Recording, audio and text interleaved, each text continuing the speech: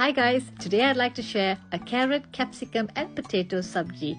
Here are the ingredients: some oil, some kasuri methi leaves, some bay leaves, coriander powder, cumin powder, turmeric powder, chili powder, some crushed ginger and garlic, one medium-sized onion that I have chopped, some salt, one green capsicum, about 1 1/4 carrot, 2 medium-sized potatoes and 2 medium-sized tomatoes. Now, this is what I've done to the ingredients, guys. I have cubed the potatoes and put them in some water so that they don't brown. I have chopped the tomatoes and cubed the capsicums and the carrot in some large pieces.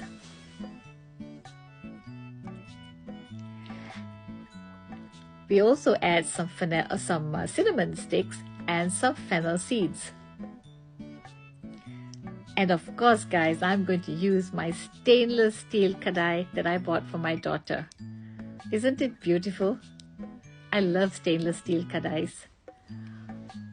Now 1 teaspoon into hot oil, guys. 1 teaspoon of fennel seeds and a few sticks of cinnamon is to be added. And also, together with that, 1 bay leaf. Heat that in hot oil until you hear that crackling sound. Once you hear that nice crackling and popping of the seeds, add the chopped onion.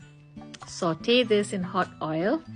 Add the crushed ginger and garlic paste. So since I'm using bottled ginger and garlic, I have used 1 teaspoon of ginger and 1 teaspoon of garlic. Both of these have been minced and basically I bought them in a bottle, guys. You can do it on your own. Now heat this up, saute this in this hot oil. And now I've basically moved it, guys, because it was getting a little too hot. Now time to add the powders. 1/2 teaspoon of turmeric powder. And this is subjective. If you want more chili or more spice in your sabji, add more, but I have added 1 teaspoon of chili powder, 1/2 teaspoon of cumin powder, 1 heaped teaspoon, and now you'll see it, 1 heaped teaspoon of coriander powder. Now let these spice powders mix as they heat, because heating these spice powders, guys, brings out that lovely aroma and fragrance of the powders. Once you get that lovely aroma, add the tomatoes in. You want the tomatoes to get nice and blended into the powders. Yeah, give it a nice good mix. And tomatoes, once they've been added, adding some salt right straight away helps infuse the flavors into the powder, the flavors of the powder into the tomato. Add some water, and now to add the salt.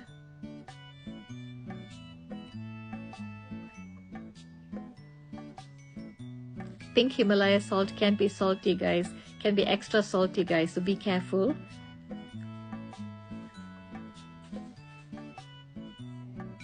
Gives this a nice stir. I'm not able to play around with the heat because this is not a gas burner, guys. This is electric, so it's a bit difficult. Now I'm going to close this, put the lid on and heat and let this cook for 3 minutes. This will of course get the gravy would thicken as you close it. Time to add the potatoes. Give it a nice good stir to blend in the flavors.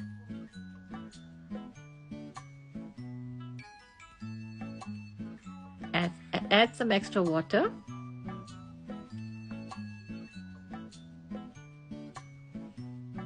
And then you have to put the lid on again. And cook this for about, I would say about 2 to 3 minutes. Yes. Oh guys, I forgot to turn on the electric hood. What is this? The exhaust fan is so important, especially in a place like this tiny apartment, because sometimes once before I had actually the fire alarm actually went off. Okay, now add the carrots, give it a nice stir.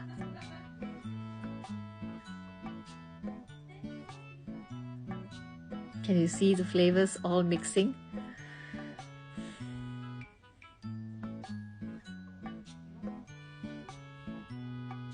Now you have to soften the carrots and the potatoes, so put the lid on once again.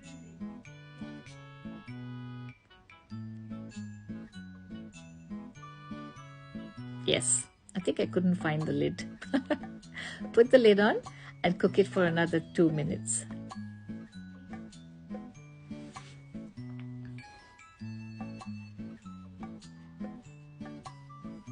I'm about to use my new electric rice cooker to cook some rice as well.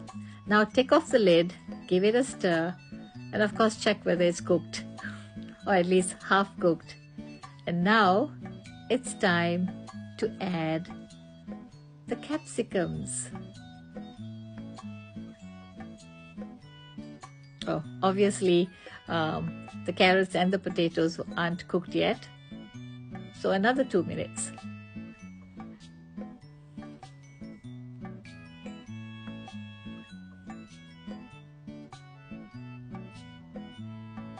Stir it. Once the carrots and potatoes are like sort of half cooked, guys, only then you should add the capsicums, because if you add the capsicums a little too early, the color really becomes unattractive. You don't want the capsicums to overcook. So you see, I'm testing it. And now that I can see that it's sort of cooked, now is when you add the capsicums.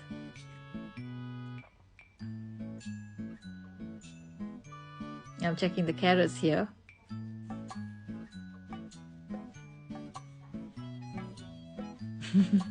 Now we can see that both of the capsicums and the carrots have been cooked. I mean, sort of like semi-cooked.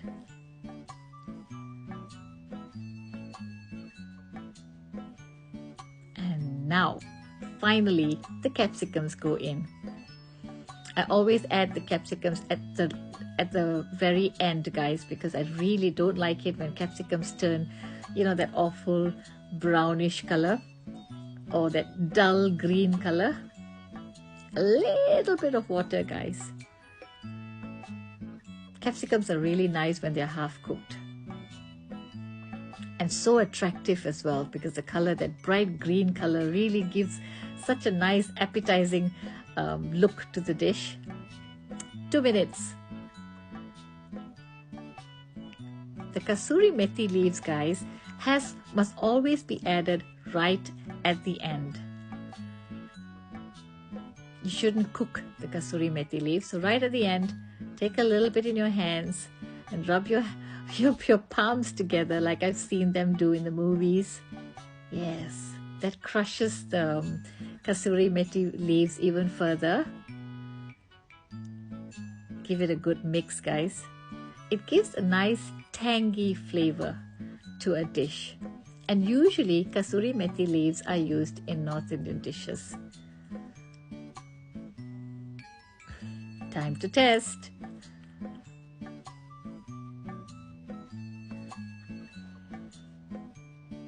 This sabji is a North Indian style of cooking. Yum. All done, guys. Just look at the colors. It looks really delicious, doesn't it?